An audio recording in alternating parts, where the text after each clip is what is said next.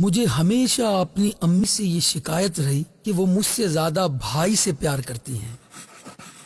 امی کے ساتھ سونے کی بات آئی تو دونوں کی ضد میں جیت بھائی کی ہوئی۔ کھانا کھلانے کی باری آئی تو پھر سے وہی ضد اور جیت پھر بھائی کی۔ تب میں ناراض ہوتی تو اماں مجھ سے ہمیشہ یہی کہتی، بیٹا بیٹیاں ضد نہیں کرتی، وہ بات مانتی اچھی لگتی ہیں۔ اس وقت میں سوچتی تھی کبھی اچھی بیٹی نہیں بنوں گی، بات نہیں مانوں گی، بہت ضد اور بدتمیزی کروں گی، اور ایسا ہی ہوا۔ میں وقت کے ساتھ ساتھ بہت خود سر، ضدی اور ڈھیٹ سی ہو گئی، کسی کی نہیں سنتی۔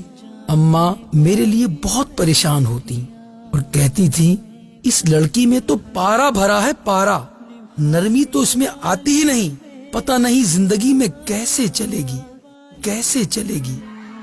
اماں گھر میں لڑکیوں کو قرآن پڑھایا کرتی تھی تو میں ان سے کہتی، آپ کیوں پڑھاتی ہیں؟ یہ لوگ اپنی ماں کے پاس کیوں نہیں پڑھتی؟ تو کہتی، میں ان کو پڑھاتی ہوں، یہ میرے لیے صدقہ جاریہ بن جائیں گے۔ میں نے کبھی نہیں سوچا کہ صدقہ جاریہ کیا ہوتا ہے۔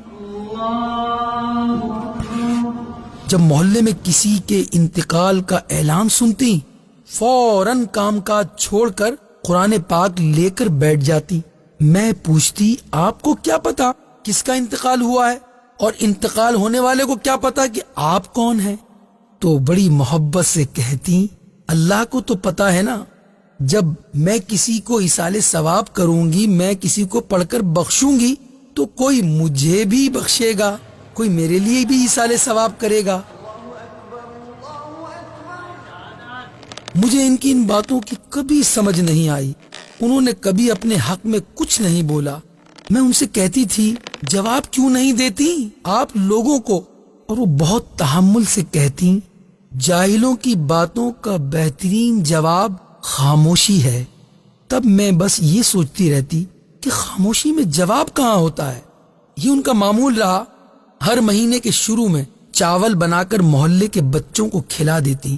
اس پر بھی میرا ان سے جھگڑا ہوتا کہ اتنے بچوں کو گھر بلا لیتی ہو، ہنگامہ مچ جاتا ہے، ان کے گھروں میں بھجوا دیا کرے نا۔ تو بہت پیار سے کہتی، یہ نابالغ گناہوں سے پاک ہوتے ہیں۔ وہ ایسی ہی تھیں، کبھی کسی سے شکایت نہیں کرتی، ہر تکلیف خاموشی اور صبر سے برداشت کر لیتی تھی۔ پھر وہ بیمار ہو گئیں، معلوم ہوا انہیں کینسر ہو گیا، اور وہ بھی لاسٹ سٹیج کا۔ ان کو کھانا کھلانا، پٹی کروانا، کپڑے بدلوانا، سب کام کر کے جب ایک دن فارغ ہوئی تو ان کو دیکھا ان کی آنکھوں میں آنسو تھے۔ میں نے پوچھا، کیا ہوا ماں؟ تو کہتی ہیں، شکر ادا کرتی ہوں رب کا کہ بیٹی دی ہے، اگر نہ ہوتی تو کون سنبھالتا مجھے؟ مجھے لگا کہ میری ساری بچپن کی شکایتیں ختم ہو گئی۔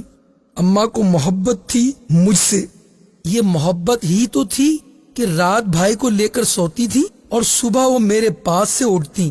یہ بھی تو محبت ہی تھی کہ بھائی کو پہلے کھانا کھلانے کے بعد وہ پلیٹ اٹھائے میرے پیچھے پیچھے پھرتی رہتی، میرے نخرے اٹھاتی، اور جب ابا کہتے ہیں رابی سے کام کروا لیا کرو، تھک جاتی ہو اب تم، تو کہتی نہیں، میری بیٹی کے ہاتھ خراب ہو جائیں گے۔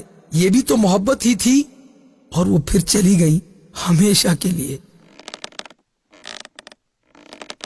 آپ کے جانے کے بعد میری ماں، کوئی تبدیلی نہیں آئی مجھ میں جیسے پہلے ہنستی تھی اب بھی ویسے ہی ہنستی ہوں۔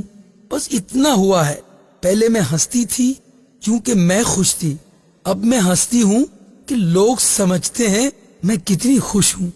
پہلے میں روتی تھی، آپ مجھے اپنی گود میں لے لیتی تھی، اب میں روتی ہوں تو میں تکیے میں منہ چھپاتی ہوں۔ پہلے جب اسکول سے گھر آتی تھی آپ مجھے دروازے پہ ملتی تھی، اب دروازہ بند ملتا ہے۔